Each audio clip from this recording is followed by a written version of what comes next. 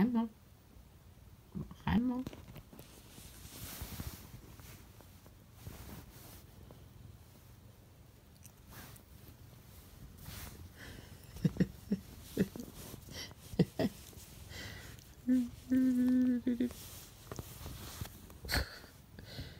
Et...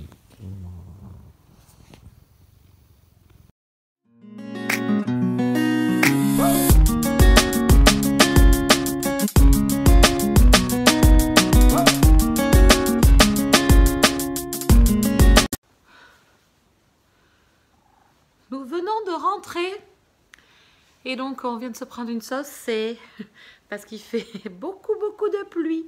Donc nous sommes en mode essorage là. Hein? En mode essorage? Oui, encore?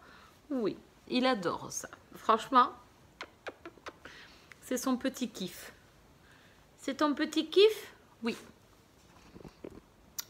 Le retour, donc normalement vous aurez déjà eu un petit morceau ce matin. Si j'ose le mettre, j'étais dans mon lit en mode... voilà, réveil. Donc, on se retrouve ce soir. Il est 7h moins 10. Je speed. Je devais rentrer du bois pour me faire du feu parce qu'il fait un peu frais quand même. C'est humide. Bon, je ne vais pas ressortir parce que là, je peux vous dire, ça drache sévère. Donc, je vais rester à l'intérieur. Donc, jour 2 du vlog maths. On est le 2 décembre et je vous reprends pour ce rendez-vous.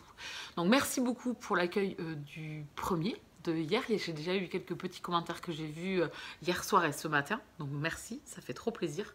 On est reparti. Alors aujourd'hui, ça sera un vlog, donc toujours pareil. Hein.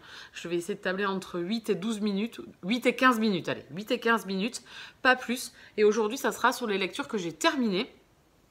Je vais vous en parler et puis vous montrer juste comme ça assez rapidement les lectures que j'ai commencées puisque je n'ai pas encore assez avancé dans ces lectures. Oui, oui, on fait un câlin. Oh, tu montres comment tu fais des câlins? Dis, tu montres comment tu fais des câlins. Oui. Oh, ce bébé. Je disais donc, excusez-moi, c'est les aléas du direct. Donc, je n'ai pas assez avancé pour en parler. Donc, j'y reviendrai dans un prochain vlogmas. Il faudra revenir. Et pareil, à la fin, tu veux partir? Non, t'es pas bien comme ça. T'aimes bien quand je suis allongée et que tu te mets sur moi. Oui, mais non, mais là, on peut pas. On peut pas recevoir les gens et être allongé sur le canapé. Raymond, voyons, un peu de dignité. Déjà, ce matin, on était dans le dodo. Et quand même, on vit pas avec, hein. Un peu d'intimité. Donc, les lectures que j'ai terminées et on finira bien sûr par ouvrir le calendrier. Oui, oui. On finira par ouvrir le calendrier, les 2 calendriers de l'Avent. Qu'est-ce que j'avais d'autre à vous dire? Non, journée. Je vais me retrouver avec des binocles parce que j'ai les yeux... Bon, j'ai pas une vue qui a énormément baissé, mais un tout petit peu. Donc, il faut juste pour la lecture. Donc, je vais avoir de temps en temps sur l'ordinateur et pour la lecture des petites lunettes. Donc, j'ai rendez-vous samedi pour aller m'en trouver une paire. Donc, bon, je vous montrerai tout ça en temps voulu. Oui, on fait quoi? On sait pas, on sait plus. On est perdu. Donc, j'ai terminé en audio la dernière fois que je vous ai fait le vlog. Donc, il faudra aller voir celui des moments cosy, le dernier que je vous ai posté. Oui, dimanche. J'ai fini Train d'enfer pour Ange Rouge. J'ai lu celui-ci. Celui-là, je me le garde pour janvier, je pense. Voilà, pour janvier. Donc, Train d'enfer pour Ange Rouge de Franck Tillier. Ici, c'est la découverte de Charcot, puisque j'ai déjà lu La Chambre des Morts et La Mémoire fantôme avec Lucie Hennebel. J'ai beaucoup aimé ma lecture parce qu'il n'y a pas de temps mort. C'est gore à souhait. Oui, la nénette, oui, c'est gore à souhait. Les scènes de meurtre, mais elles le sont. Alors, tout est décrit. Âmes sensibles savent se tenir. Donc, je préfère moins vous prévenir. Je sais qu'il y en a qui veulent savoir. Ce qu'ils vont trouver un petit peu dans certaines lectures qui peuvent les choquer et les heurter. Chacun a une sensibilité différente. Là, je peux vous dire que... Ah là, on est pas mal. Donc, j'ai beaucoup aimé ma lecture parce qu'il n'y a pas de temps mort. Donc, j'ai fait la découverte de Charcot. C'est un personnage... il me fait penser beaucoup à Alexandre Vauvert. Alors, c'est con, hein, mais... c'est bête, pardon. C'est bête, il me fait... Ou c'est pas bête, hein, je sais pas, mais il me fait pas beaucoup penser à Alexandre Vauvert, qui est le personnage principal de la trilogie de Sir Cédric. Donc il me fait beaucoup penser à lui, un gars assez, voilà, assez imposant, qui en impose beaucoup, avec un charisme de fou, avec une carrure de fou, et en plus un franc-parler, quelqu'un qui n'a pas peur d'aller voilà, à la confrontation, voilà, quelqu'un de, voilà, un peu hargneux. Il me fait penser beaucoup à Alexandre Vauvert, voilà, voilà. Mais de toute façon, j'ai lu, bon, j'aime beaucoup Sir Cédric, ça y est, ça va. J'aime aussi Sir Cédric et je trouve qu'il y a cette patte d'auteur de thriller, voilà, où on a haletant, plein d'action, qui pourrait être mis à l'écran très facilement. On a vraiment, grâce aux descriptions faites, il n'y en a pas trop, il y en a juste assez, juste qu'on s'imagine. Moi, j'avais vraiment les images comme un film devant les yeux. C'est ce que j'aime dans le thriller, c'est pouvoir, en fait, me projeter comme dans un film. Bon, j'aurais pas aimé être à la place des victimes quand même. Hein, mais bon. Donc j'ai adoré ce premier opus avec Charcot. Donc je vais continuer avec Deuil de miel prochainement, puisque moi j'ai les intégrales comme ceci et je m'achèterai, quand j'aurai lu celui-ci, donc ça sera en 2022, je m'achèterai la suite, mais une fois que j'aurai lu. Hein, on n'emmagasine pas dans la palle tant qu'on n'a pas fini. On a commencé à comprendre ce principe, on a mis 10 ans. Hein, ça fait 10 ans qu'on blogue, et encore, pas, ça peut me reprendre. Mais normalement, on achète moins comme une barge alors qu'on n'a pas lu les précédents. Voilà, on essaye. Il m'en reste plein hein, dans ce cas-là, dans ce petit schéma où j'ai de 4, 5, 6, 7. Bah oui, pourquoi pas. Voilà, donc on essaye. Mais il est certain que je me procurerai la suite. Voilà, si vous aimez les thrillers, voilà, avec serial killer, bien gore, si la s'enquête ne vous fait pas peur, allez-y, foncez. J'ai terminé également l'homme. Alors je laisse le marque-page, mais non, je l'ai fini. Si, promis, je mens pas, je l'ai fini. Pile poil le 30 novembre, donc il fait partie du Black November. Celui-là aussi, je suis ravie puisque j'ai lu 4 livres pour le Black November. C'est la première fois que ça m'arrive. Oui, bon, on dirait que j'ai monté l'Everest. Et alors, à chacun suffit sa peine. Chaque jour suffit sa peine. À chaque jour suffit sa peine, un truc comme ça. Je me rappelle. Bref, donc j'ai terminé L'Homme de Lewis, qui est le tome 2 de L'île aux chasseurs d'oiseaux de Peter May. Quelle régalade! Alors, on n'est pas du tout dans le même principe que Franck Tillier. Ici, c'est pas du tout la même chose. On est dans du policier. On va suivre Finn McLeod, qu'on suivait dans le tome 1. Il revient sur son île natale, donc l'île de Lewis, dans sa ville. Non, l'île d'Aris. Non, l'île de Lewis et dans la ville d'Aris. Je crois un truc comme ça. Enfin, bon, bref. Donc en Écosse, donc vous avez tout à fait le décorum écossais vraiment sous les yeux. Il y a même un passage où ils vont à Édimbourg. Bon, je ne rentrerai pas dans les détails, je ne vais pas vous spoiler. Voilà, bon, il y vient de Glasgow puisqu'il a travaillé là-bas longtemps et il retourne dans sa ville natale. Bon, ça, je sais pas, c'est pas un spoil. Voilà, il était policier, donc on le sait dans le tome 1. Et donc on le retrouve ici sur son île et il retrouve les personnes qu'il a connues et qui retrouve aussi ceux du tome 1. C'est quoi cette fin? Ah, il me faut le tome 3. Là, par contre, j'ai lu le tome 2, donc il me faut le tome 3. Franchement, j'aime beaucoup. On va alterner ici la vie de Finn McLeod avec ses problèmes et aussi l'enquête. Nouvelle enquête ici. On retrouve un corps dans la tourbe près d'une plage. Un corps très bien conservé qui ça fait une 50aine d'années qu'il est là. Qui est-ce? C'est un jeune homme, à l'aspect, c'est un jeune homme d'une 20aine d'années, à peu près, entre 18 et 20 ans. Et donc, il y a un lien avec une jeune femme qu'il connaît de sa jeunesse. Et donc, il va l'aider à découvrir ce corps. Il y a un lien avec tous ces personnages, en fait. Et j'ai beaucoup aimé. On a des alternances présent-passé. Tormad McDonald m'a beaucoup plu, c'est un personnage que vous allez découvrir dans ce tome 2. Il m'a beaucoup touchée, j'ai beaucoup aimé. On va parler de la maladie d'Alzheimer dans ce deuxième tome. Je vous spoilie pas, c'est pas non plus le truc. Ah, il me griffe. Oui, je sais que tu veux monter. Allez, viens. Viens, allez, viens. Allez, oui. Allez. Tu sais qu'on essaye quand même de faire entre 8 et 12 minutes, et 15 minutes, on a dit. Donc, dans ce tome 2, voilà, et ce personnage m'a beaucoup touchée. On retrouve Marsali, Fiolag, enfin, voilà, je vais vous donner des prénoms comme ça, vous n'allez pas forcément comprendre, mais c'est des personnages que l'on avait déjà rencontrés dans le tome 1. C'est une histoire qui fonctionne très bien, on aime suivre ces personnages, en fait. On n'est pas forcément happé, si, quand même, par l'enquête policière, mais pas que. Les personnages de cette histoire sont hyper important, hyper fort. Et à la fin, là, donc on résout la problématique, on va dire, entre guillemets, parce que on me laisse là. Débrouille-toi, t'avais qu'à t'acheter le tome 3, ça voulait dire, hein, complètement. J'aime beaucoup. J'avais adoré le tome 1, je me suis laissée embarquer. On a des histoires de vie et en même temps une enquête. Oui. Vraiment, c'est topissime. Je peux que vous le conseiller. Alors là, par contre, on est moins dans le gore. Hein. Voilà, il y a un cadavre. Bon, vous allez avoir le détail de ce cadavre, hein, l'autopsie, mais ça s'arrête là. Voilà, mais bon, vous avez des émotions autres. Sur les orphelins, sur la maladie d'Alzheimer. Et je trouve que des fois, ça touche encore plus que moi, par exemple, une scène gore, voilà, ça me touche, mais c'est pas pareil. On n'a pas la même, j'ai pas la même sensibilité en fait.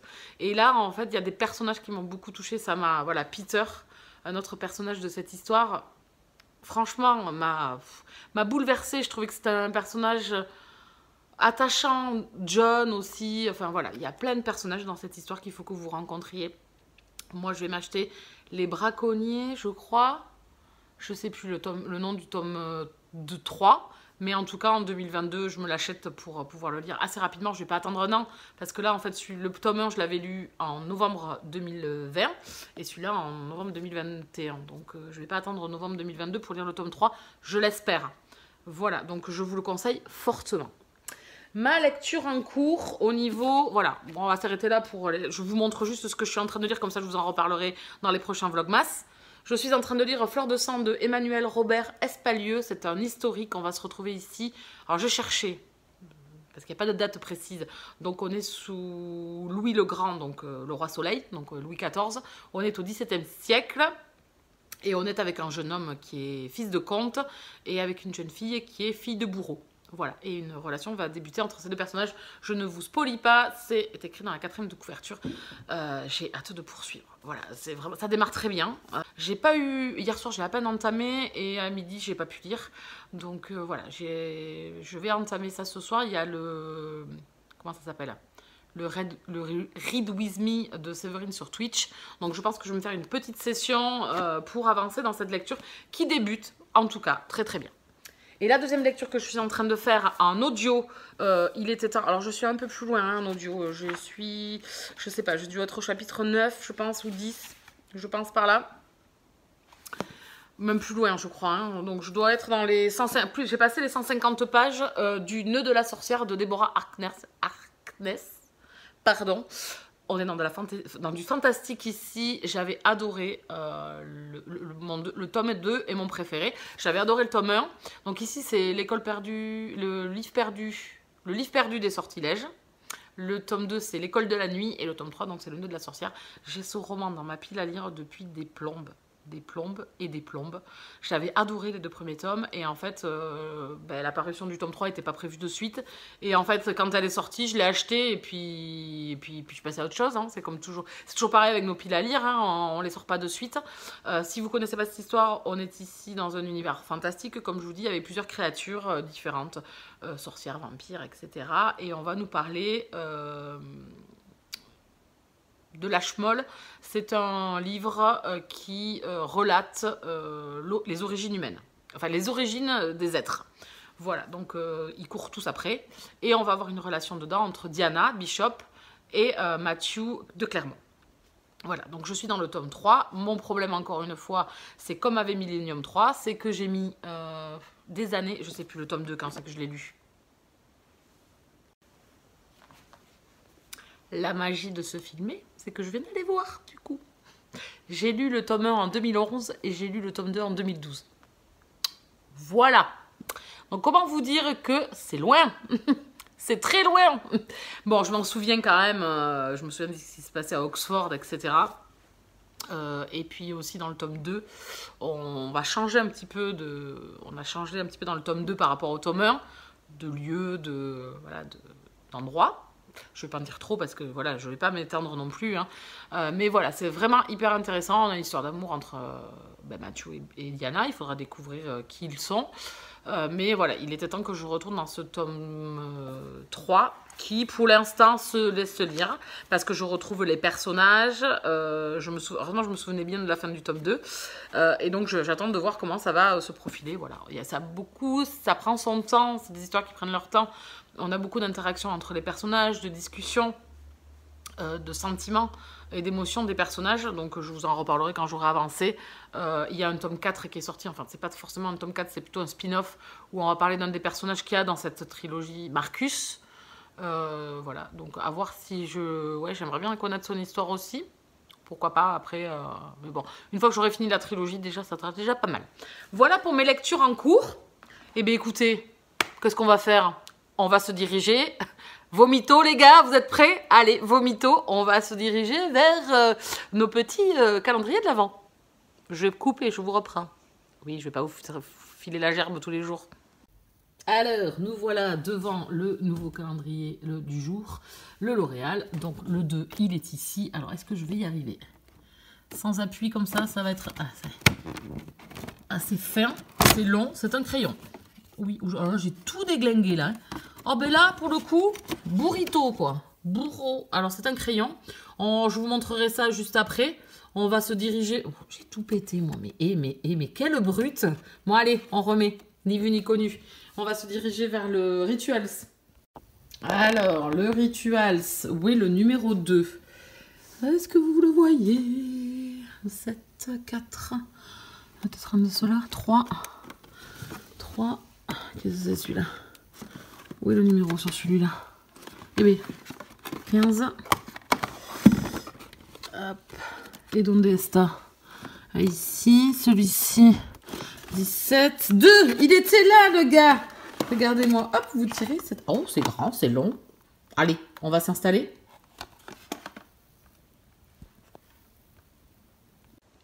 Donc, me revoilà. J'espère que vous me voyez bien. Pourtant, j'ai mis la ring light, mais j'ai l'impression que ça... Je sais pas. Donc, ici, nous avons un petit crayon à lèvres de couleur rouge. J'ai fait... je fais l'influenceuse beauté. Que voulez-vous? Voilà la couleur. Donc, on a toujours... Voilà, j'en mets pas, moi, des contours de lèvres. Mais c'est vrai que certains... Alors, moi, je mets des mats sans transfert, donc ça ne bave pas. Mais j'ai acheté un Yves Rocher rouge, qui est très sympa, hein, mais qui coule, qui se déporte. Et ça, je déteste ça. Donc, avec un crayon, ça peut être pas mal. À voir si la teinte se marie bien. Je vous dirai ça. Donc, voici la case numéro 2 du jour au niveau de chez Rituals. Et on va ouvrir une crème pour les mains. Ça, c'est leur grand truc. Je les adore. Hein. Ah non. Faux. Tu dis n'importe quoi. Ah, un diffuseur d'ambiance. Alors, à quoi qu'il est celui-ci? Fleur de riz et fleur de cerisier. Voilà. Non, lait de riz. Lait de riz et fleur de cerisier. On va y arriver. Cherry Blossom. Je suis allée chercher parce que je ne me rappelais plus ce que ça voulait dire en anglais. J'ai eu un blackout complet. Donc voilà, vous avez tout ça. Donc écoutez, voici pour aujourd'hui. On va clôturer là, je m'en vais aller monter tout ça et vous présenter ça pour aujourd'hui. Voilà, vous aurez eu ce matin un petit peu. Je sais pas si je vais oser le mettre. J'étais dans mon dodo. J'étais au réveil. Donc bon. Alors, on se retrouve demain. Demain, je ne sais pas. Demain, je ne sais pas si ça sera une vidéo habituelle, parce que j'ai quand même le book-haul à vous faire. Ou la pile à lire, peut-être un petit peu. Enfin, je sais pas. Surprise! Faudra revenir demain. Allez, je vous bisous. J'ai dépassé les 15 minutes. Oh, quel boulet. À demain!